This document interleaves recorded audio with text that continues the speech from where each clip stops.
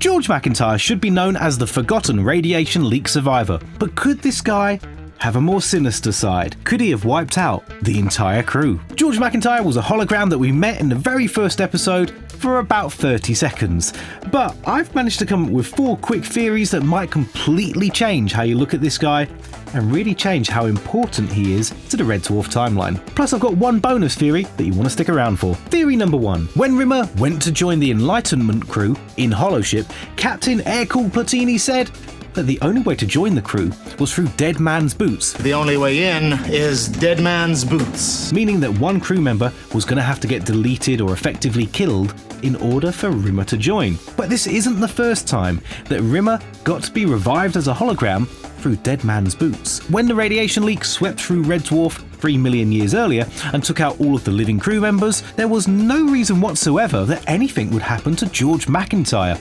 He wouldn't even get knocked off his feet. There's no logical reason why George McIntyre wouldn't be the radiation leak survivor along with Lister, who was down in stasis. But then when Rimmer was brought back as a hologram, Holly must have made a conscious decision to turn off or to not turn back on George McIntyre. So Rimmer's already come back through Dead Man's Boots once already on Red Dwarf, and then he wants to do it a second time on the Enlightenment. So it's just another great little insight into the psyche of Rimmer, that he can have such a victim mentality about his death, resurrection and hologrammatic status, even though, as the second lowest ranked person on the ship, he had absolutely no right to be resurrected at all. And in fact, there was already an active hologram, George McIntyre, who had to be wiped out to give Rimmer his place. So this is a really interesting insight into Rimmer's psyche, that he can still have that victim mentality despite all that he's been given. Quick theory number 2. The Ganymedian Mafia is who caused the radiation leak and wiped out the crew. Let me quickly explain for those who might not know what I'm on about. If you read the book Infinity Welcomes Careful Drivers, there's a whole section in there about George McIntyre. We get much more of his backstory. It's really quite cool. You get to see what led him up to dying in the first place. In the book, it's because he shot himself. The reason being, he had massive gambling debts owed to the Ganymedian Mafia, who keep coming after him. Now, the book says that he was actually really happy to be revived as a hologram, and he's really pleased about it because it solves all of his problems, as he can now live a new life as a hologram because dead people can't owe debts. But what if the Ganymedian Mafia wanted to make a point that even death isn't a way to escape them? What if they want to say that death doesn't release you from your debt? Perhaps the Ganymedian Mafia are the guys who arranged or sabotaged the ship in order to wipe out the whole crew, which would perhaps then provoke Holly to switch off George McIntyre, which seems to be what happened, and really prove the point that even death doesn't get you away from the Mafia. So perhaps the radiation leak had nothing really to do with Rimmer at all, and it was always going to happen because of sabotage. In fact, Lister's words in The Promised Land sort of agree with that. He said, "You didn't question the order to repair an unrepairable drive plate." Dead because you didn't question the order to repair an unrepairable drive plate. So it wasn't that he misrepaired it, it was unrepairable, which could imply sabotage. Quick theory number 3. What if George McIntyre dying and being revived as a hologram, what if that is what led to the radiation leak? Not on purpose, just by accident, because of something he forgot. Presumably, whenever somebody is revived as a hologram in the Red Dwarf universe, there's always going to be a memory gap from whenever it was they were last backed up, whenever they last saved their mind, to the point when they died. Perhaps a big gap for non-essential crew like Lister and Rimmer, or a shorter gap for senior officers, perhaps they back up their minds once a month or something. But regardless, there's always going to be some sort of gap. So what if, while George McIntyre was still alive, he had on his to-do list to sort out the drive plate, or at least report it?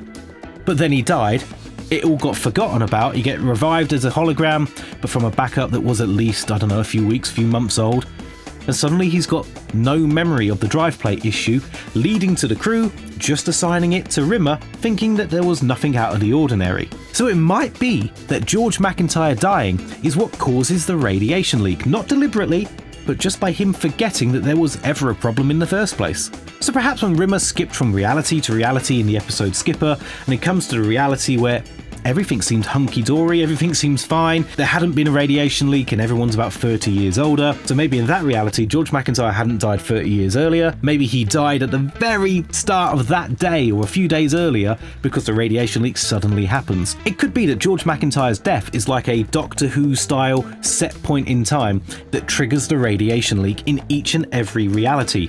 Whenever it is that George McIntyre dies, the radiation leak follows soon after. This could actually be something that could be really cool to look at in the upcoming Red Dwarf Titan show. Perhaps their mission is to make sure that George McIntyre does die in order to cause the radiation leak to happen, to make sure that Lister can then go on to be the last human being and keep the human race going. That's a fun thought. Quick theory number 4 about George McIntyre. What if there was no accident, but it was deliberate sabotage by George McIntyre? He meant for there to be a radiation leak and kill everyone. What if his words at his welcome back party weren't a joke at all? What if he meant it? My advice to anyone more vital to the mission than me is, if you die, I'll kill you. If you die, I'll kill you. I'll kill you. I'll kill you. I'll kill you. What if he wasn't joking? What if this guy had gone proper loopy and he meant it? Maybe he wants to try and prevent anyone more senior than him taking his place as the ship's hologram, so decides that if he just wipes out everyone, he reckons that Holly will just let him continue on living, as they don't need anyone more senior, there's no mission left. Perhaps in the TV version he isn't happy about being a hologram, unlike the book where he's really happy. Perhaps in the TV he's really unhappy about it, resents everybody else for living, so finds a way to kill everyone. So maybe he meant it, maybe he caused the radiation leak. Sure, he can't touch things as a hologram, but he could have got a scutter to do it. Maybe he just gave bad orders. Maybe it was him that gave the order to send Rimmer, the worst technician on the ship, to send Rimmer to go and repair the drive plate, with George knowing that it was unrepairable. So my quick bonus theory, kind of a bonus thought.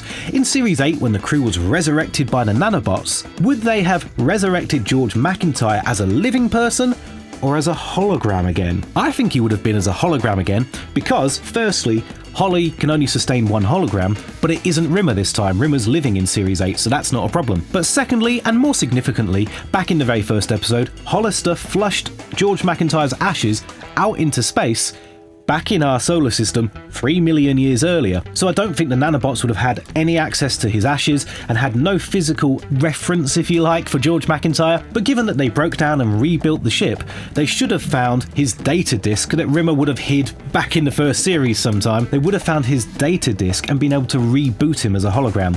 So I reckon George McIntyre is somewhere on that huge Series 8 ship walking around as a hologram. Well guys, I'd love to know your thoughts in the comments down below, and if you enjoyed this video, then check out this one here for more thoughts and theories about Red Dwarf.